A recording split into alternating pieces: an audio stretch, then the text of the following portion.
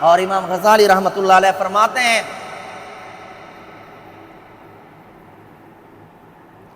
کہ جو لوگوں سے مانگتا ہے، لوگوں سے سوال کرتا ہے، ایک تو وہ اللہ تعالیٰ سے شکوہ کر رہا ہے،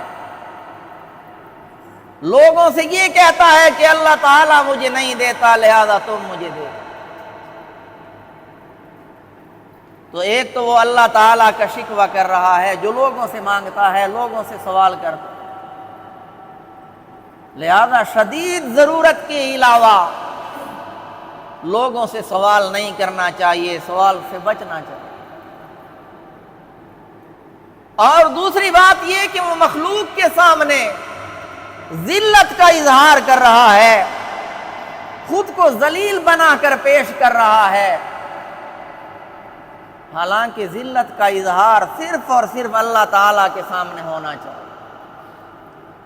جتنا ذلت اور عاجزی کا اظہار ہو سکتا ہے صرف اللہ تعالیٰ کے سامنے ہو کہ یا اللہ تو غنی ہے، میں فقیر ہوں، یا اللہ تیرے علاوہ میرا کوئی سہارا نہیں، تیرے علاوہ کوئی اور داتا نہیں، کوئی اور عطا کرنے والا نہیں۔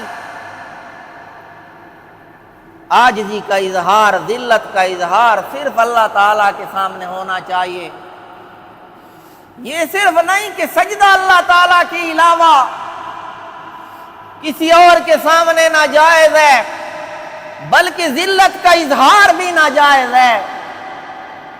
لوگوں کے سامنے اس طرح ہاتھ باندھ کر کھڑا ہونا بھی ناجائز۔ تو بھیک مانگنے والا ایک تو اللہ تعالیٰ سے شکوہ کرتا ہے اور ایک لوگوں کے سامنے اللہ تعالیٰ کو چھوڑ کر ذلت کا اظہار کرتا ہے۔ تو اس لیے امام غزالی رحمۃ اللہ علیہ فرماتے ہیں کہ بھیک مانگنا بذات ہی ناجائز اور حرام ہے۔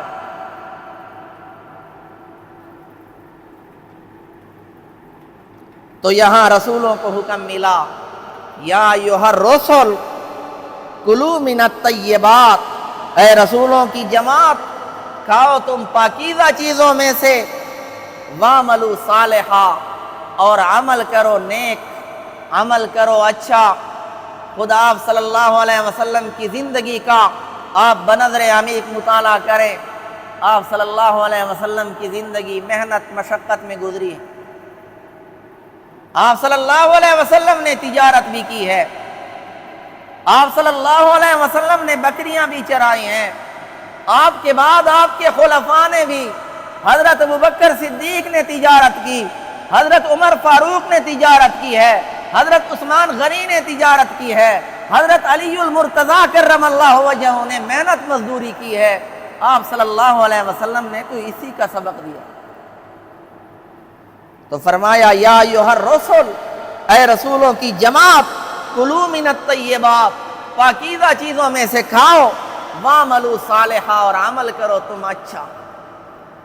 حضرت ابو ہریرہ رضی اللہ عنہ کے بارے میں آتا ہے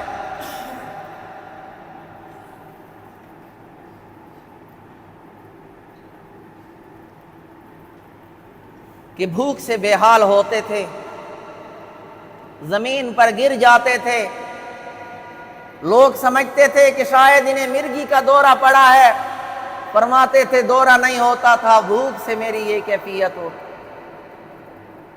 لیکن سوال نہیں کرتے تھے۔ ایک مرتبہ جب بھوک سے انتہائی لاچار ہوئے تو فرمانے لگے کہ میں مسجد کے قریب کھڑا تھا، حضرت ابوبکر صدیق رضی اللہ عنہ نکلے تو میں نے ان سے ایک مسئلہ پوچھا، ارادہ یہ تھا کہ وہ مسئلے کا جواب دیں گے،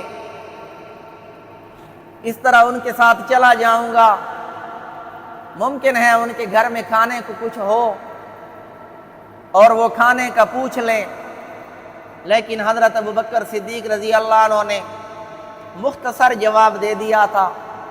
فرمایا اس کے بعد ایک اور شخص نکلے، میں نے ان سے بھی مسئلہ پوچھا، انہوں نے بھی مختصر جواب دے دیا۔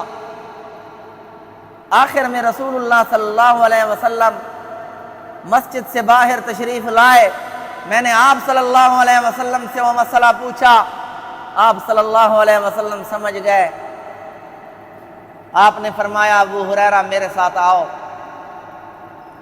آپ صلی اللہ علیہ وسلم گھر تشریف لے گئے، پوچھا کھانے کو کچھ ہے؟ انہوں نے جواب دیا اور تو کچھ نہیں ہے، ہاں کسی نے تھوڑا سا دودھ بھیجا ہے۔ آپ صلی اللہ علیہ وسلم نے وہ دودھ لے کر فرمایا حضرت ابو ہریرہ سے، ابو ہریرہ جاؤ اصحاب صفہ کو بھی بلا کر لے آؤ۔ حضرت ابو ہریرہ سوچتے ہیں کہ تھوڑا سا دودھ ہے، یہ تو میرے لیے بھی کافی نہیں ہوگا،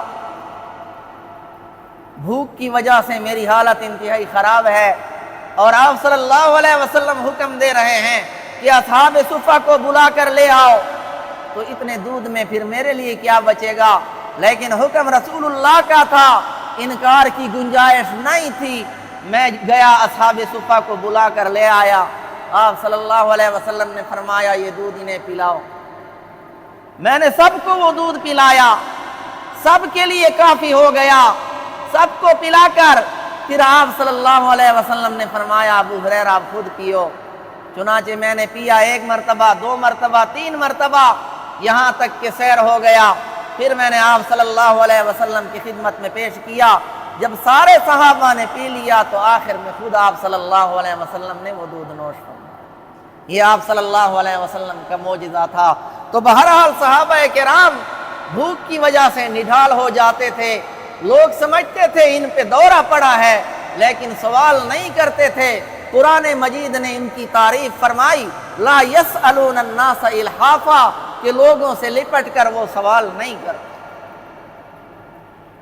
اگر کرتے ہیں تو صرف اللہ تعالیٰ سے کرتے۔ ٹائم ختم ہو چکا ہے، خالق کائنات سے دعا ہے جو کچھ کہا سنا اس پہ عمل کرنے کی توفیق عطا فرمائے۔